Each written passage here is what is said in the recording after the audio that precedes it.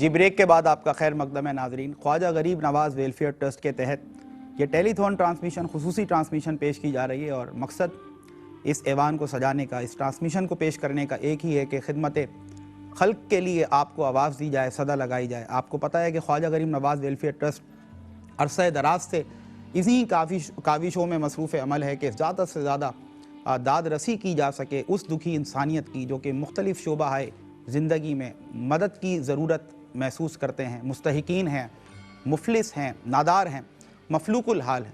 اور ذمہ داری بھی بنتی ہے ناظرین، شرعی طور پر، مذہبی طور پر ہمارے اسکالر حضرات ہماری تربیت کرتے ہیں اس حوالے سے کہ ذمہ داری بنتی ہے اس طبقے کی جس کو رب تعالیٰ نے مال و دولت سے نوازا ہے۔ صرف مال ہی ہماری ضرورت نہیں ہوا کرتا، اس کے علاوہ بھی بہت سارے امور ہیں جن میں اللہ کی مدد کی ضرورت ہوتی ہے۔ جو لوگ اپنے مال کو ہی اپنا سب کچھ سمجھ بیٹھتے ہیں، بلکہ یوں سمجھ لیں کہ سمجھنے کی غلطی کر بیٹھتے ہیں، ہم نے اپنی آنکھوں سے دیکھا، آپ نے دیکھا، کئی مثالیں ہمارے ساتھ ہمارے اس معاشرے میں بھی موجود ہیں کہ جب ان کا پیسہ جاتا ہے نا تو پھر ایسا جاتا ہے کہ وہ خود بھی ششدر رہ جاتے ہیں کہ کسی بیماری میں چلا گیا، کسی اللہ نہ کرے حادثے میں چلا گیا۔ اگر ہم چاہتے ہیں تمام آفات و بلیات سے رب تعالیٰ ہمیں محفوظ رکھے، ہمیں برکت دے، ہماری اولاد میں برکت دے، ہماری اولاد کو نیک بنائے، یہ تمام چیزیں ہم جب بروئے کار لاتے ہیں، بہت ضروری ہے ناظرین کہ اگر رب نے آپ کو مال و دولت عطا کیا تو آپ غریب کی مدد کریں، آپ بھوکے کو کھانا کھلائیں، پیاسے کو پانی پلائیں۔ ساری چیزیں ایک طرف رکھ دیں، ایک چیز تو سوچ سکتے ہیں نا، بہت آسان ہے، کوئی راکٹ سائنس نہیں ہے اس کو سمجھنا۔ میرے جیسے ادنا سے بندے کے لیے، کم عقل انسان کے لیے بھی اس بات کو سمجھنا بہت آسان ہے کہ آج اگر ہمیں ضرورت نہیں ہے، کل بروز قیامت جب سورج سوا نیزے پر ہوگا، جب پیاس سے زبانیں لٹک رہی ہوں گی اور پیٹ پسلیوں کو لگے ہوں گے، بھوک سے برا حال ہوگا، گرمی ہوگی، تپش ہوگی، اس وقت ہر انسان کو، ہر بندہ مومن کو ضرورت ہوگی کہ اللہ اس کی مدد کرے، اللہ اس کو اپنے عرش کے سائے کے نیچے جگہ دے، اللہ اس کو بھوک اور پیاس کی تکلیف سے دور رکھے، اللہ اس کو ہر قسم کی تکلیف سے، مشکل سے، جو کہ قیامت کی ہے، ڈے آف ریسریکشن کی ہے، اس یوم الدین کی ہے، اللہ تعالیٰ سے ہر کوئی یہ آپ سمجھ لیں تقاضا کرتا ہوا رب کی بارگاہ میں، یہ دعا کرتا ہوا، یہ امید رکھتا ہوا نظر آتا ہے کہ مجھے اس دن کی سختیوں سے اللہ تعالیٰ مجھے محفوظ رکھے۔ تو آج آپ دوسروں کے لیے نرمی کا باعث بن جائیں، دوسروں کے لیے آسانی کا باعث بن جائیں، دوسروں کی پیاس بجھانے والے، ان کو کھانا کھلانے والے بن جائیں۔ ایمان ہے ناظرین کہ کل قیامت کے دن رب تعالیٰ آپ کے لیے آسانیاں کر دے گا، آپ کی مشکلات کو، آپ کی سختیوں کو آپ سے دور کر دے گا۔ یہ دل کی عطا گہرائیوں سے یہ آواز آتی ہے، اور یہ کہنے میں بھی، گفتگو کرنے میں بھی اسی لیے مزہ آتا ہے کہ اقبال نے وہ موٹیویشن دی نا کہ دل سے جو بات نکلتی ہے اثر رکھتی ہے، پر نہیں طاقت پرواز مگر رکھتی ہے۔ دوسروں کے کام کو آسان کرنے میں لگ جائیں، دوسروں کے لیے آسانیاں فراہم کرنے والے بن جائیں، اللہ تعالیٰ آپ کے لیے ایسی آسانیاں پیدا کرے گا۔ پوچھئے، میں آپ کو بار بار یہ عرض کرتا ہوں، پوچھیں ان لوگوں سے جو رب کی راہ میں خرچ کرنے کا سلیقہ اور قرینہ جانتے ہیں کہ کیا کیا مزے رب کی بارگاہ سے انہوں نے لوٹے ہیں، کیا کیا برکتیں ان کو، ان کے علم میں، عمل میں، عمر میں، ان کی اولاد میں انہوں نے کیا کیا برکتیں دیکھی ہیں، کیسی کیسی آفات و بلیات کو انہوں نے اپنے سامنے سے آتے دیکھا، لیکن کیونکہ صدقات کرتے رہتے ہیں، فطرات دیتے رہتے ہیں، رب کی راہ میں خرچ کرتے رہتے ہیں، ایسے بلائیں ٹلتے ہوئے بھی دیکھی کہ رب نے اپنے پھر کمال کے، اپنی شان کے جوہر دکھائے، اور آج وہ اس سے بھی زیادہ انداز میں نظر آتے ہیں۔ بہت بڑا طبقہ ہے، ہزاروں لاکھوں کی تعداد میں لوگ منتظر ہیں کہ ہم ان کے دسترخوان کو سجائیں۔ میں سمجھتا ہوں کہ اگر میری جیب میں 2 کھجوریں ہیں، 4 کھجوریں ہیں، اگر میں 1 کھجور اپنی پلیٹ میں، 2 کھجوریں اپنی پلیٹ میں رکھ رہا ہوں تو میری ذمہ داری ہے میں 2 اپنے اس مسلمان طبقہ جو کہ نادار ہے، مفلوق الحال ہے، غریب ہے، اس کے دسترخوان پر بھی ضرور رکھوں، تاکہ کل اللہ کے حضور نبی کریم علیہ السلام کی بارگاہ میں کوئی منہ تو لے کر اپنا حاضر ہوں، ورنہ کیا منہ لے کر ہم جائیں گے اگر یہ دولت اسی طرح پڑی رہ گئی۔ انسان، نبی کریم صلی اللہ علیہ وسلم کی حدیث کا مفہوم ہے ناظرین، انسان کہتا ہے، ابن آدم کہتا ہے میرا مال، میرا مال، میرا مال۔ حضور نے فرمایا کہ انسان کا مال صرف 3 ہی قسم کا ہے، ایک وہ جو اس نے کھا کر ہضم کر لیا، دوسرا وہ جو اس نے پہن کر بوسیدہ کر دیا، اور تیسرا وہ جو اس نے راہ خدا میں دے کر آخرت کے لیے محفوظ کر لیا۔ تو سمجھداری کا تقاضا یہی ہے۔ عقل آپ سے شاید بولے، وسوسے آئیں، جیسے کہ مفتی محمد اطہر میاں صاحب کیا خوبصورت بات ارشاد فرما رہے تھے کہ ڈر تو آئے گا، وسوسہ تو آئے گا، آپ کو فیل تو ہوگا کہ یار یہ تو میں بڑا رسک لے رہا ہوں, اتنی محنت سے میں نے جمع کیا, اگر میں دوں گا تو یہ کم ہو جائے گا. نہیں, عقل کہہ رہی ہوگی کہ کم ہو جائے گا, لیکن قرآن کہہ رہا ہے, سنت کہہ رہی ہے, حدیث کہہ رہی ہے کہ اللہ کی راہ میں دو گے تو تمہیں ملٹی پلائی ہو کر ملے گا. اس ایمان کے ساتھ, اس اخلاص کے ساتھ, جذبہ خدمت انسانیت سے سرشار ہو کر آگے آئیں. 8500 روپیز اگر آپ پے کریں گے, ایک متاثرہ خاندان, ایک غریب خاندان, ایک نادار وہ طبقہ, وہ فیملی, یہ جو 8 سے 10 افراد پر مشتمل ہے, رمضان راشن پیک ان تک پہنچا دیا جائے گا. میں پھر سے گزارش کروں گا, اپنی جانب سے صرف نہ دیں بلکہ اپنی اولاد کی جانب سے,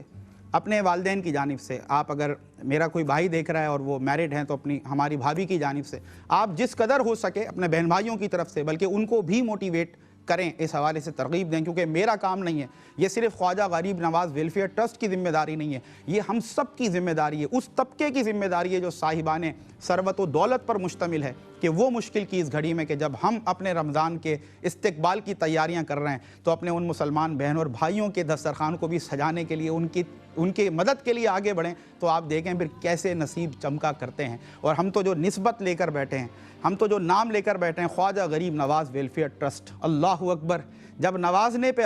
آتے تھے تو ایسا نوازتے تھے کہ جب کوئی غریب آتا تو اس کو نوازتے تو وہ غریب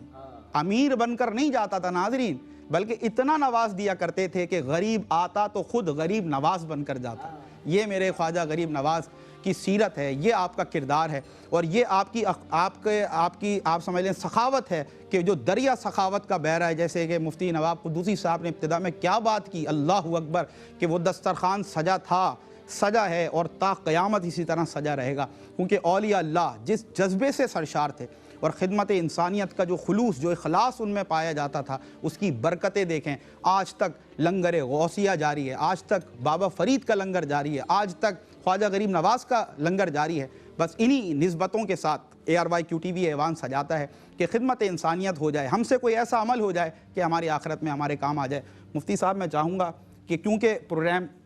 آخری مراحل میں ہے اور دامن وقت میں اتنی گنجائش نہیں کہ مزید ہم تمہید کے ساتھ گفتگو کریں, ایک میسج موٹیویشن پر, ترغیب پر مبنی آپ کی طرف سے ہمارے ناظرین کے لیے.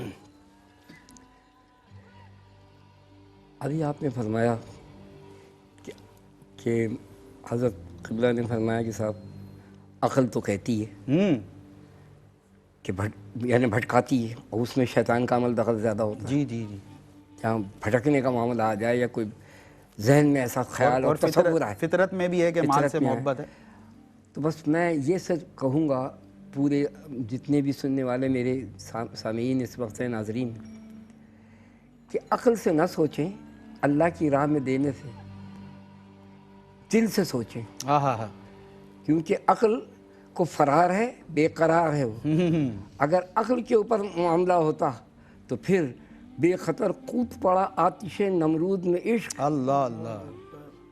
عقل تھی محو تماشائے لب بام ابھی. اللہ, وہ تو ان کو نظر آ رہا تھا. اگر عقل سے سوچتے تو کہتے بھائی یہ تو آگ تو مجھے جل کے بھسم کر دے گی, لیکن ان کو پتا تھا کہ جلانے والے سے جلانے والا بڑا افضل ہے. واہ واہ واہ, کیا بات, ریپیٹ کر دیں اس بات کو, کیا بات, یعنی جلانے والے سے جلانے والا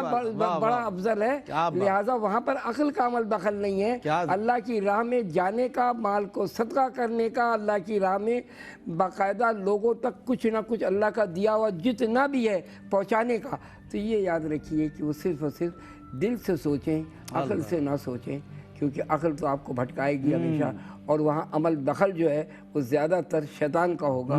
بس صرف اور صرف اس لیے کہ آج کے دور میں جو اس وقت حالات چل رہے ہیں, ہمارے یہاں جو 3 طبقے پائے جاتے تھے پروفیسر صاحب, ایک بہت غریب تھا, ایک وائٹ کالر تھا, اور ایک بڑا امیر تھا. وہ وائٹ کالر بھی غریبوں میں تبدیل ہو گیا. اللہ اللہ, صحیح کہہ رہے ہیں آپ, بالکل صحیح کہہ رہے ہیں. اور آپ جو گھڑی گھڑی کہہ لیجئے کہ نصیحتیں کر رہے ہیں کہ اس کا غیرت نفس, عزت نفس مجروح نہ ہو, خاموشی کے ساتھ دے دیا جائے, تو بس یہی ہے کہ ان کو بھی یہ خواجہ نواز جو ہے غریب نواز ٹرسٹ,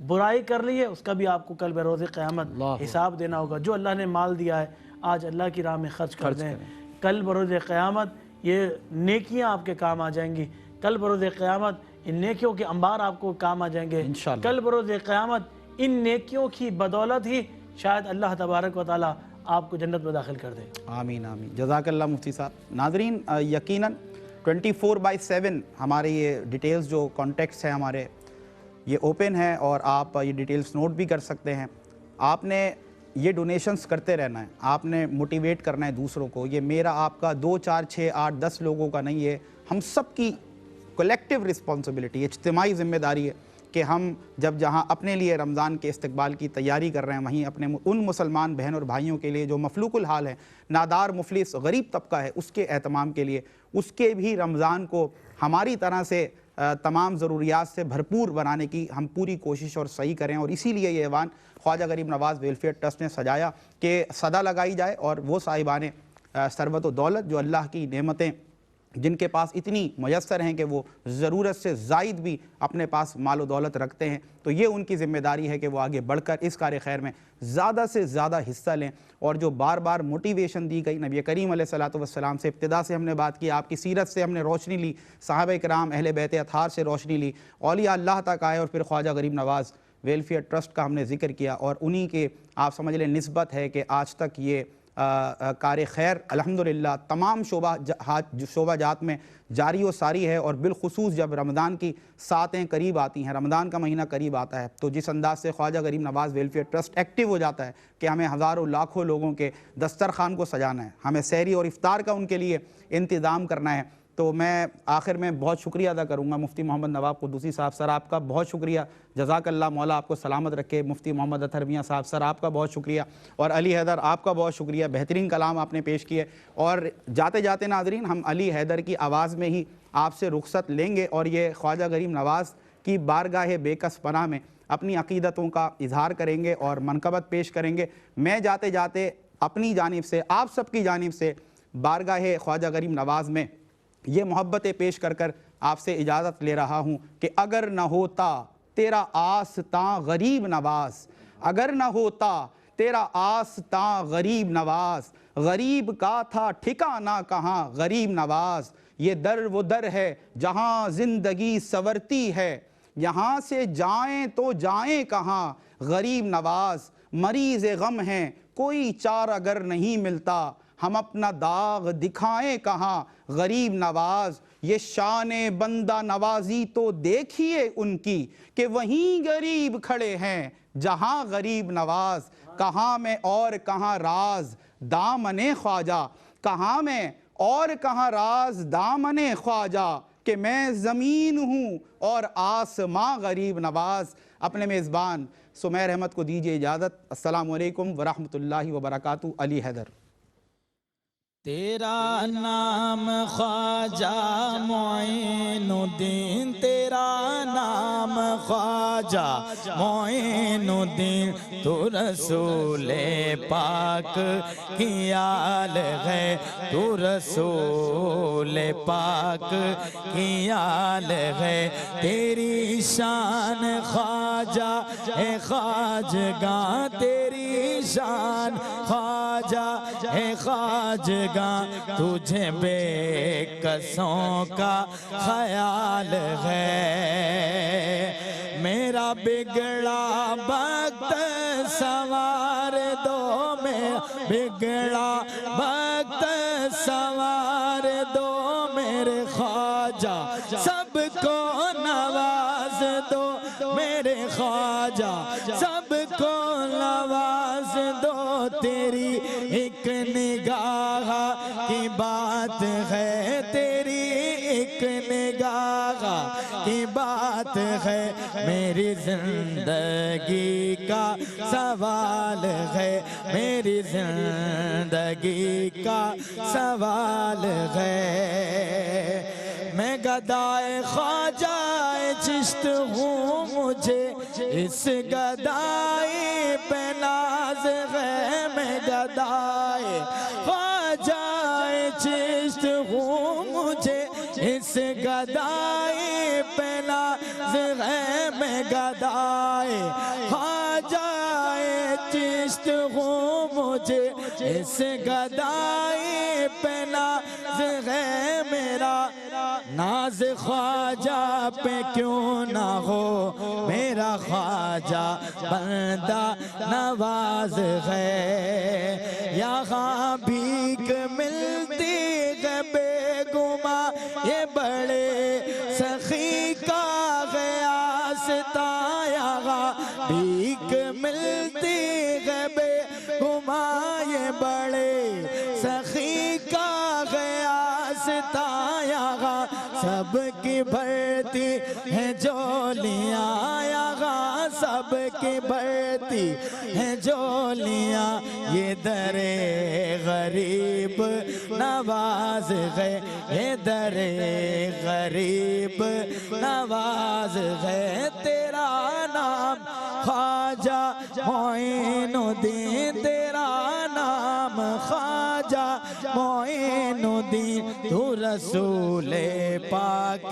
کی آل ہے تو رسول پاک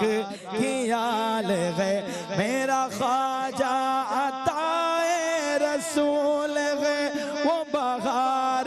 چشت کا پھول ہے وہ بہار گلشن فاطمہ وہ